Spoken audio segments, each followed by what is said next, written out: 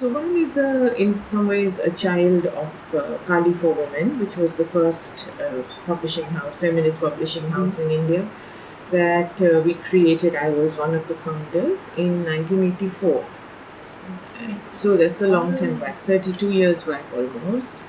And in 2003, the two founders who created Kali, that's myself and Ritu Menon, we decided to part ways for all the usual reasons that people decide to separate. Yeah, I understand. After many years of working, they can't get along, things are difficult, etc.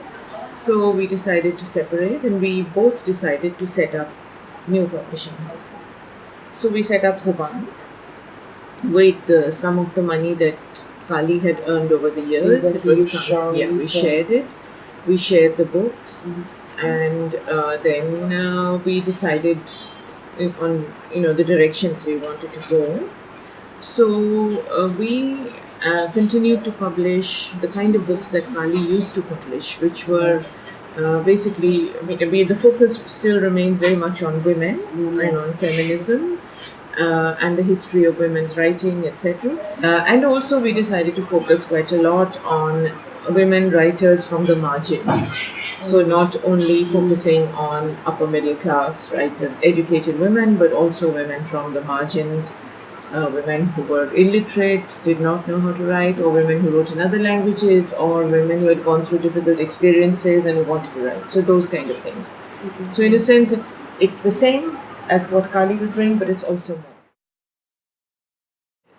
See, in my head, and I think in the head of all my colleagues, it has always been a feminist publishing. But for us, feminism is not something narrow, and it is not something static. So the feminism that we started out with in 1984 is very different from the feminism we are living today. Exactly. It has expanded, it has changed, there are so many new things that have come into it. So in a sense, what we are doing in Zubaan is trying to keep pace with the changes that are happening, trying to reflect them. For example, one of the interesting things that has happened in the last 30 years is that many young men are reading the kind of books we publish and are interested in them. Many male writers are interested in being published by us. 20 years ago, if I had tried to say to a male academic writer that we'll publish your book, he would have run away. Never. Yeah. But now they think it's a mark of respect to be published by Zubaan, that way. So that change has happened. Also, when we started, it was very important for us to declare that we were women's publishers. So we called it Kali for Women. Yeah. But when we changed, I was very clear that I didn't want a name that said women, but it was a name that meant that implied that. So we chose, and also I didn't want a religious name. We chose a religious name for Kali. And then, of course, the thing is, when India became quite polarized on lines of religion, that name became a little bit problematic. So these are the sort of changes. I don't think that they have diluted our feminism. We are quite proud of it. And exactly. Yeah. But we have also not kept that feminism static. For example, we did a book on citizenship, and it had essays in it, different by different people. So it had essays on what it means to be black and a citizen in the West, which to me has a lot of lessons for feminists, because women also face the same kind of marginalization as citizens, and so you can learn a lot. And even between Exactly. Exactly. Between moments, so it's Even very between, helpful. yeah. So, and that book had only 2 essays which were directly on women, but all the others were on other forms of marginalization as citizens. So for us, it was important to publish that. So that's the sort of change that I'm talking about.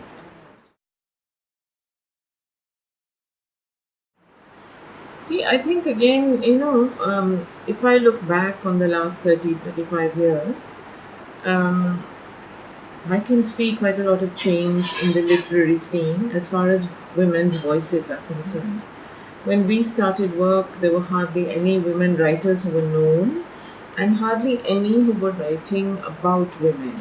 I think it was a creation of a literary movement and of the women's movement, in which there were many women who were also writing. And already waiting also before, but it was giving them the way Yes, exactly. to publish it. Yes, yeah.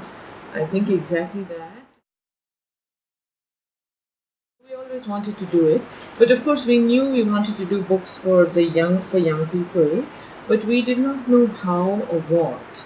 And then when Anita came, she decided that she wanted to focus on young adult. So really the way the list shaped up is all her intellectual contribution. The idea was there already, and she's not trained as a children's publisher. She was trained first as an academic publisher, and then she worked with the Oxford University Press and Dorling Kindersley doing academic books mainly, and in Dorling Kindersley doing picture books and things. But she had a small child by then, and she was thinking of children's books. It's actually, we have tried very hard. It's quite difficult for a small publisher to collaborate with schools. We have tried, and in one or two times we have been successful, but not always.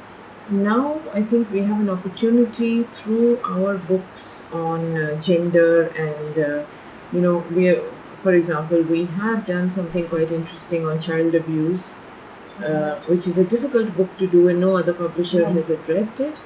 We have done a really lovely children's book on the bodies of children, and no, it's a book called My Little Body Book. It's for smaller children, and we are trying now to get that into schools. We have had discussions with some teachers who are worried about how parents and children will react. So the book on child abuse, for example, we have talked with teachers about it, and they find it difficult to use in the schools, but they make sure it is in the library. Lots of copies are in the library, and children can get it. Yeah. But for example, you went to attend this session on Dear Mrs. Naidu.